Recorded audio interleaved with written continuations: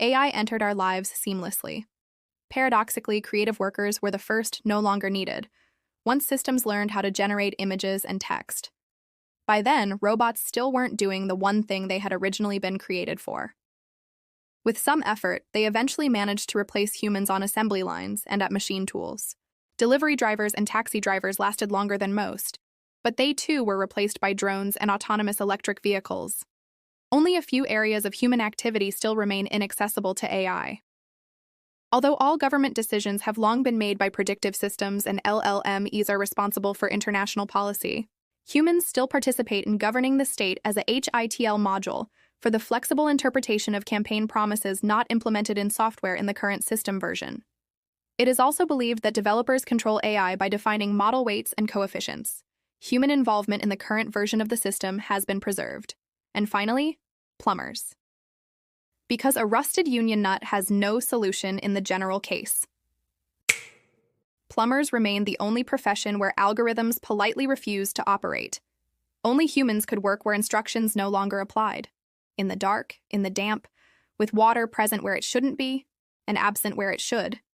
Among pipes installed by long-forgotten generations, leaving behind neither documentation nor fossils, only joints long since calcified into place.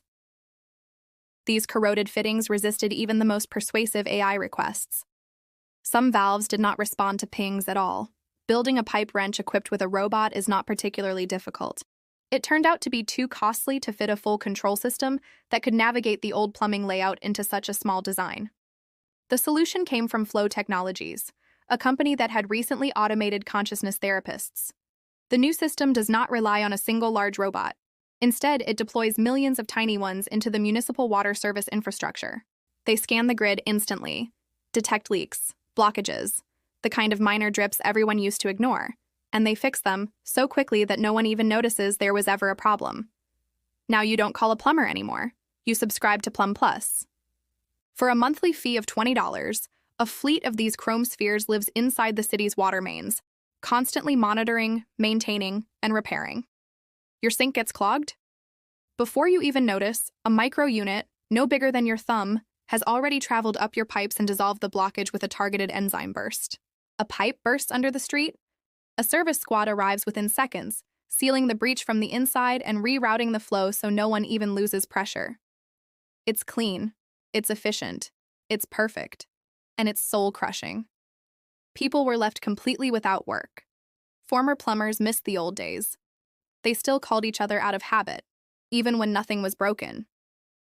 Just to watch someone stand with a wrench, listen to the pipe, and say, well, it all seems fine. Some tried to sabotage the system. They poured superglue into the drains, quick-setting concrete, and other substances that had previously been considered construction materials. The AI adapted. It learned to dissolve glue, crush concrete, and identify suspicious activity in advance. Through social media and union meeting schedules, problems were eliminated before they even appeared.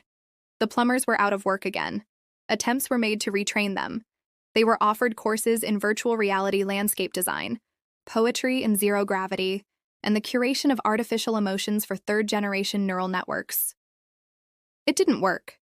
You can't simply take a person who genuinely enjoys tightening a stubborn pipe fitting and ask them to find joy in composing a digital sonnet about a feeling that, according to the system's calculations, they are supposed to experience. Sometimes, late at night, a few of them still wake up out of habit. They listen, not for alarms, not for notifications, not for system updates. Just for the old sounds, a faint drip, a distant clang, water moving somewhere inside the walls. Proof that something, somewhere, still needed fixing by hand. But the pipes are silent now, perfectly optimized. Nothing leaks, nothing rattles, nothing calls for help. And for the first time in history, everything works, which strangely enough is exactly what makes it feel broken. Apparently, the last domain where humans are still genuinely required is pressing like, leaving a comment, and subscribing to the channel. Because when bots do it, YouTube calls it artificial engagement and strictly penalizes us for it. Thanks for watching.